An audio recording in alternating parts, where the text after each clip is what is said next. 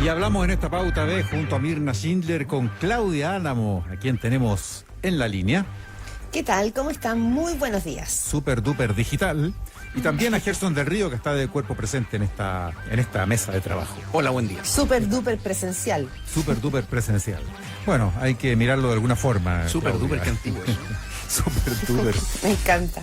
Bueno, estamos ya con una agenda nutrida que se condimentó con algunas controversias ahí que ya estaremos comentando, y una de las cuales fue la de las vacunas, a propósito de la declaración que hizo el diputado de Chile Vamos, Gonzalo Fuenzalida, respecto de que él no sería de los candidatos a vacunarse, como que más bien no se vacunaría. Por ningún motivo, dijo. Claro, y tanto así. Entonces, por los riesgos que no están todavía terminados de definir o de ser descartados de eventuales efectos secundarios o adversos de las diferentes vacunas.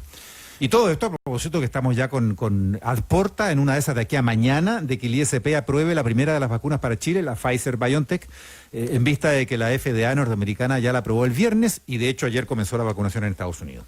Porque esto ya está llegando, aun cuando va a ser gradual y paulatino. Sí, es complicado lo del diputado, porque en el fondo, como autoridad pública elegida, está poniendo un punto personal por sobre una política pública sanitaria en tiempos de emergencia.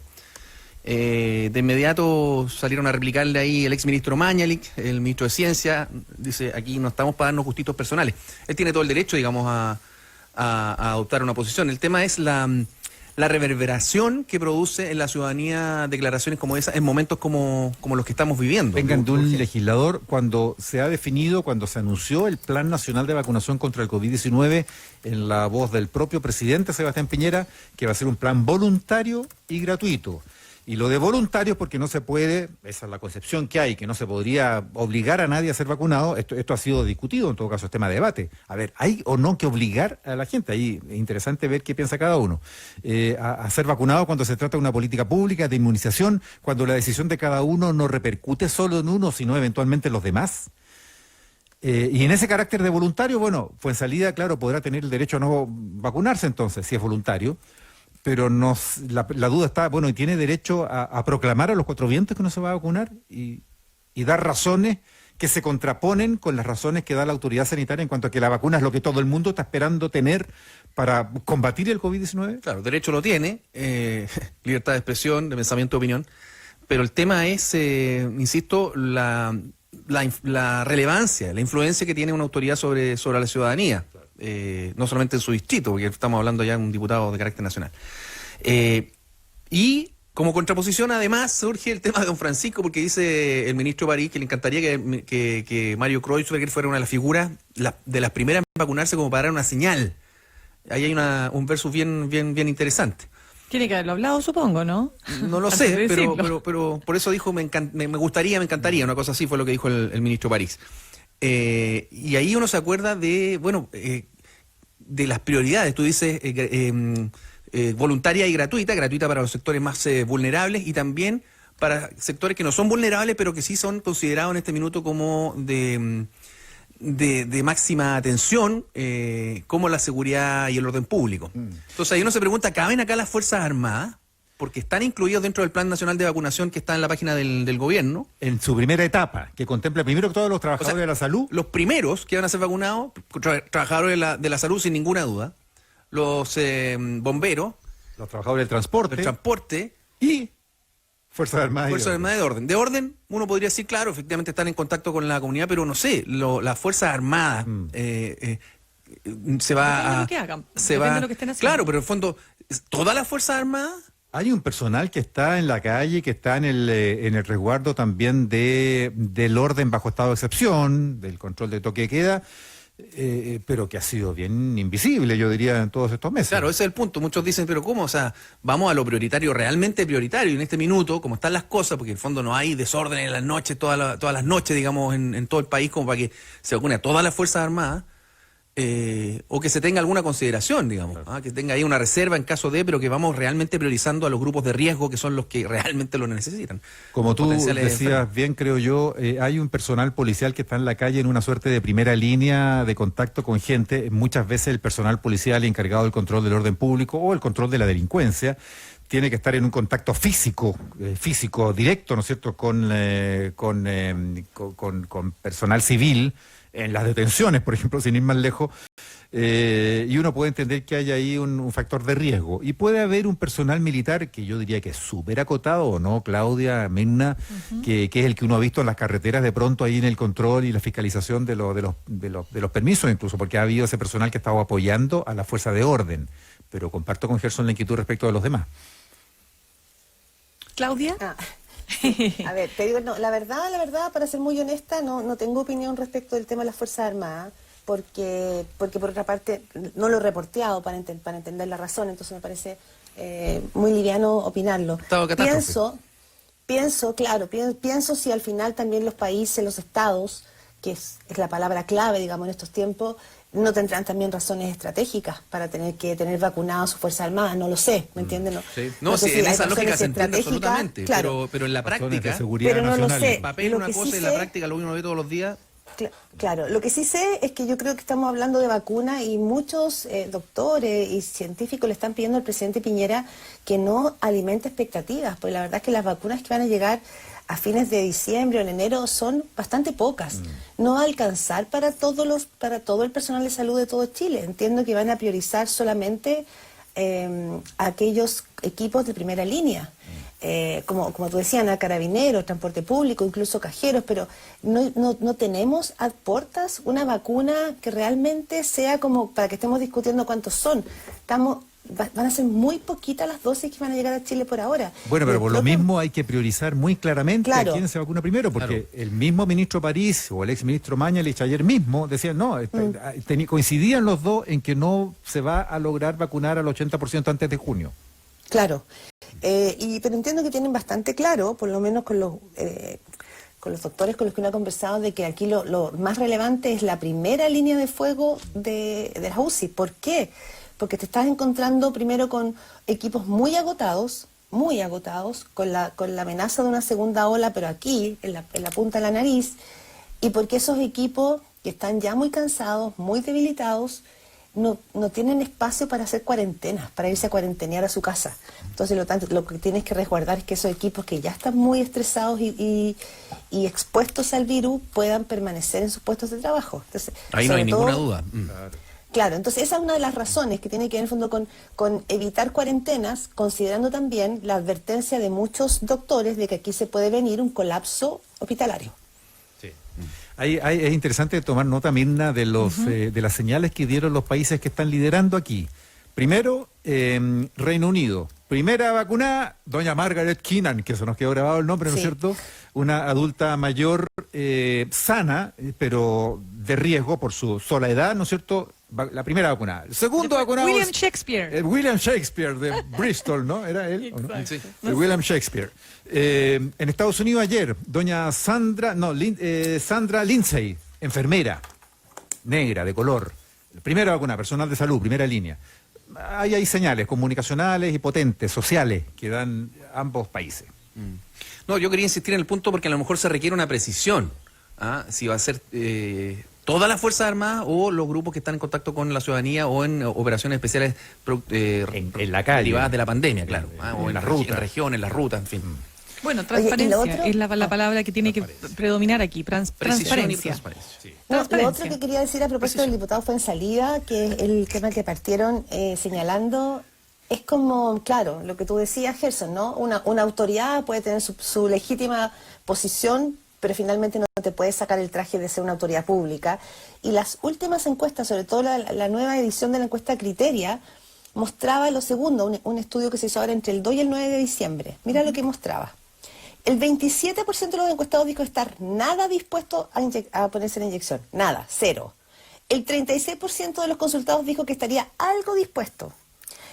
El 37% dijo que estaba completamente dispuesto a inmunizarse. Es decir, tú tienes partido en 3 a la población nacional.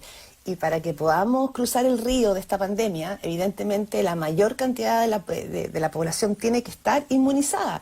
Pero si tenemos que un 27% no está nada dispuesto y descree, igual que el diputado Fuenzalía, vamos a estar en un problema de salud pública, pues tener un problema personal, digamos, tener un problema, ¿no es cierto?, de política pública. De hecho, uno puede entender que en gran medida la razón para decir que la vacuna es voluntaria es porque los gobiernos, y ahí paso más allá del de Chile, no se quieren casar con el compromiso y la obligación de vacunarlos a todos, porque cualquier falla que haya ahí, cualquier forado, es una falla entonces del plan. Entonces es mucho más fácil y tiene menos costos políticos, tiene menos riesgo de escrutinio el decir, bueno, esto es voluntario, porque cualquier falla que haya, cualquier rebrote posterior, bueno, tiene que ver con qué tal porcentaje de la población por propia voluntad no se quiso vacunar. Además que, como decía la entrevistada de Claudia, tú que la entrevistaste, Claudia, la semana pasada, la epidemióloga Caterina Ferrecho, ella decía que no olvidemos que somos el último pelo de la cola del mundo. 1, 2, países desarrollados ya tienen aseguradas sus millonarias dosis de número de dosis. Hablaba de Canadá. Había un reportaje muy interesante que salió el fin de semana en La Tercera sobre que en el caso puntual de África, por ejemplo, 9 de cada 10 personas no podrán ser vacunadas por un tema de pobreza de sus países, para comprar esta vacuna, para acceder a la vacuna. Entonces, nosotros no estamos en esa condición sin duda, pero no estamos en la condición ni de Canadá, ni de los países desarrollados de Europa, etcétera, ¿no? Bueno, entonces, pero ¿en qué quedamos con esto de que tenemos contratos para financiar 84 millones de dosis de vacunas, lo que nos dejaría mejor que Canadá y que Estados Unidos? No sé, pues eso de la doctora Ferrecho, tú la entrevistaste, Claudia, ella ponía ahí un punto, ¿no? No, las autoridades, tanto el presidente, el ministro de Ciencia, Andrés Kub, el propio Enrique París, han asegurado que Chile tiene las vacunas. Lo que decía la doctora tiene los Ferrecho, contratos, ¿cierto? Ya están en pago, están firmados los contratos. ¿Cuándo van a llegar? Claro. Lo que dice la doctora, ella dice, ojo, precisemos bien y hablemosle en serio a la ciudadanía, porque tenemos un problema en el discurso. Chile podrá tener la promesa, pero las promesas no siempre se pueden cumplir al 100%. Y ella dice, ¿por qué? Porque lo que está pasando en el mundo hoy día es que hay, como todos están haciendo la vacuna, hay menos insumos. Pasó con los PCR al comienzo. Recuerdan ustedes que no habían insumos para los PCR. ¿Y qué está pasando? Que las cuentas alegres de los laboratorios que están haciendo las vacunas han tenido que bajar su producción. ¿Y qué van a hacer? Van a priorizar a aquellos países que han pagado por el desarrollo de la vacuna. Ejemplo, Estados Unidos. Entonces, no es que no van a llegar, no es que no van a cumplir, pero probablemente la cantidad de dosis que los laboratorios van a poder repartir son menos y se ajustaron a la realidad de las que habían prometido. Y ahí es donde ella dice, la doctora Caterina Ferrecho, somos el pelo de la cola. O sea, de verdad van a llegar, pero no creamos que somos prioridad. No. Es que a eso me refiero, yo creo que prioridad es el que pague nomás. Por ejemplo, en Perú, título principal del diario Perú 21 del día domingo, nos postergan por las vacunas porque no tenemos contrato. Es lo que decía un epidemiólogo, un médico, un doctor ahí que era un referente, parece, en Perú, no lo conozco, la prensa peruana lo destacaba él, y planteaba que él advertía que en Perú no tienen contratos y no han firmado contratos, han hecho mucho anuncio, pero no han firmado contratos y que van a quedar postergados porque ya no firmaron, ya están firmando tarde. En cambio aquí las autoridades nos han jurado que han firmado contratos desde hace semanas ya, que nos dicen que firmaron los contratos y por dosis de sobra de vacuna. Ahora, claro, ese es un tema para el balance de todo el 2021 quizá, pero el tema es el que ustedes plantean también, Claudia, Mirna, cómo van a ir llegando, a qué ritmo van a ir llegando, por disponibilidad, simplemente por una cuestión física, material. Sí, no sé si vieron cómo se no puedes combatir contra eso. En Michigan, donde está el laboratorio de Pfizer, o sea, la fábrica de Pfizer, las medidas de seguridad son impresionantes y los horarios de trabajo prácticamente no existen. Por turno obviamente, pero están produciendo día y noche y industria y beneficios asociados para los productores de hielo seco, Mauricio, claro. Porque se están produciendo por toneladas en todo el mundo, precisamente preparándose para las vacunas, que no es la única Pfizer la que requiere ese tipo de temperatura, para precisamente garantizar la cadena de frío. No solamente en los aviones, que son además pocos los aviones que van a estar capacitados y adaptados para hacer ese traslado de distintas líneas aéreas, sino también en los lugares donde llegan, en la distribución hacia las regiones o estados. Es súper fregado. Bueno, ahí hay el hielo seco, que es una cuestión que está a la mano, no es tan difícil de producir, todos los países lo producen. Sí, se compra en Amazon también, en todos lados estaba viendo, y el hielo seco, ustedes saben que no es que sea agua congelada a unas temperaturas más bajas que las del hielo normal, que apenas están en contacto con un aire a temperatura ambiente empieza a derretirse, ¿cierto? El hielo normal, quiero decir, el de agua, empieza a derretirse, a hacerse agüita. Pues tú pones un cubo de hielo aquí encima de la mesa y empieza a formarse una pocita de agua ahí encima de la mesa. No, pues el hielo seco no es de agua. Entonces no se derrite y no queda líquido nunca, pasa directamente al estado gaseoso, porque su estado natural es gaseoso, porque es, en estricto rigor, dióxido de carbono en estado sólido. Qué interesante. Interesantísimo. Buena. Claro, por eso que se usa el hielo seco, cuando se forma como ese gas, se presuriza, en fin, y se lanza como en los espectáculos como efectos especiales. Las cortinas de humo. Esas cortinas de humo, esos humos de los... Y le ponen olores. Olores y colores. En la discoteca. Oigan, oye, eso es lo mismo que se ocupa en no sé, heladerías, bares a la antigua. Claro. Me acuerdo que en el centro, no sé si pasará todavía, pero uno se encontraba con sacos ahí en la mañana que dejaban hielo seco para todas esas otras actividades. Sí. ¿Cuándo, Gerson? Pero para los heladeros, ¿no te acuerdas? Pues nunca anduviste en micro helado, heladito. Sí. Ya, pues. Dentro de la caja de Plumavit iba hielo seco. Sí. ¿Ya? El mismo. El mismo. Claro, se compra una barra grande de hielo seco y te dura casi eternamente para... Y como se evapora... Esa es típica del norte. Esto usted no lo haga en su casa, pero yo recuerdo cuando chicos lo encerrábamos un poquito de hielo seco, lo tapábamos en un tarro, y como se evapora, como bien dice Mauricio, a presión, ¡pah!, suena un y en pequeño salud estallido. se usan muy extendidamente las barras de hielo seco o el hielo seco como producto se usa, por ejemplo, no solo para transportar vacunas y otras también, que también requieren temperaturas, aunque no sean tan bajas como la Pfizer. Lo más seguro es tener hielo seco para llevar cualquier vacuna que requiera 1 grado bajo cero, no importa, hielo seco. Se usa para mantener, por ejemplo, guardaditas las células madre en todas estas nuevas tecnologías médicas. Por eso sale un mito de para esas máquinas mantener también. los órganos vitales para los trasplantes. También se llevan con hielo seco. Mire, en chiquillos, fin, y para una serie de otros usos. Manuel Palominos, atento, nuestro periodista ahí en terreno, nos entrega, exactamente, nos entrega un dato muy clave. Dice que de acuerdo al contrato que hay, los contratos, digamos, que están ya en curso con el gobierno y, es decir, con el Estado de Chile y, por supuesto, estos laboratorios, están asegurados 3 supercongeladores que van a permitir almacenar 380.000 dosis cada uno. Uno de ellos es el que entrega Pfizer. Todo esto por contrato. El mismo laboratorio ya se pone con uno de esos. Exacto. No. Claro, lo que pasa es que una cosa son los laboratorios. No graciosamente, sino porque le están pagando. Son prácticamente estaciones de transición, supercongeladores, pero en el traslado, en la llegada a los consultorios o permanencia en los consultorios, no puede haber un supercongelador. Claro. Por eso la importancia del hielo seco, Mauricio. No tocar, No tocar nunca el hielo seco. Sí. No pierdes la piel de la yema del dedo, sino que ¿Se pierde la piel? Pierdes tu huella digital. Entrega tu dedo, ¿no? Ay, por Claro. Dios. Ya, Oye, saludemos yo a sé que nuestros tengo pausa. auspiciadores. Después una nunca cosa más muy breve. puedes poner tu dedo en ese lector dactilar ahí en el banco. Quería o en la decirle isla. algo a Mauricio Hoffman. Dígame. Es súper... ¿Tú sabes lo que significa Mitsu?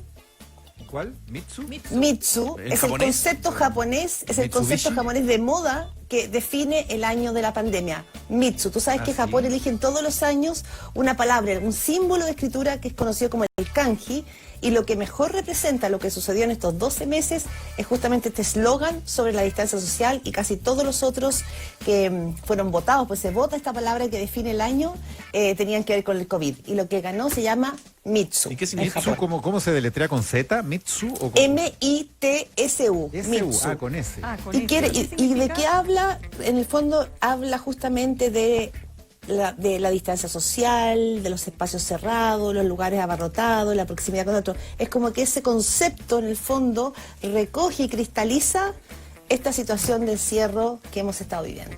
Mitsu. Mira. ¿Ves? Ya Que que estoy tiene que viendo te cómo gustar la se ve cultura bien japonesa. complejo el Sí, ¿tú sabes dibujo en kanji, que es la... Mauricio, otra trivia para ti. ¿Tú sabes por qué Mitsubishi, el logo es una hélice? ¿Una hélice? No. Porque era la marca de los aviones japoneses en la Segunda Guerra. Mira, claro. Ahí está. Mira, cada día se aprende algo nuevo. Bien, en nuestra Sayonara, próxima sayonara. mañana, nuestra nueva sección Sayonara. del libro gordo de Petete. Esto sí que es antigua. Saludamos a nuestros auspiciadores. Saludemos, pues. Estudiar en la Universidad Austral de Chile es ser parte de un proceso de formación de personas y profesionales integrales que contribuyen, al bienestar social. ¿Qué esperas para ser parte del Austral? Más información en uach.cl. Cámbiate ya a la fibra óptica de Mundo y vive la verdadera experiencia en simetría. 600 megas de fibra simétrica más televisión HD por 28.690 pesos durante los primeros 12 meses. O los planes de fibra de 300, 600 o 1.000 megas simétricos al precio justo. Contrata ya entrando en tumundo.cl o llamando al 600 9100 900 y comienza a vivir el poder de la fibra simétrica solo en Mundo, al alcance de todos. Súmate a las más de 2.500 empresas que han digitalizado su área de recursos humanos con Talana. Remuneraciones, control de asistencia, comunicaciones y más. Con Talana rediseña la forma de trabajar. Conoce más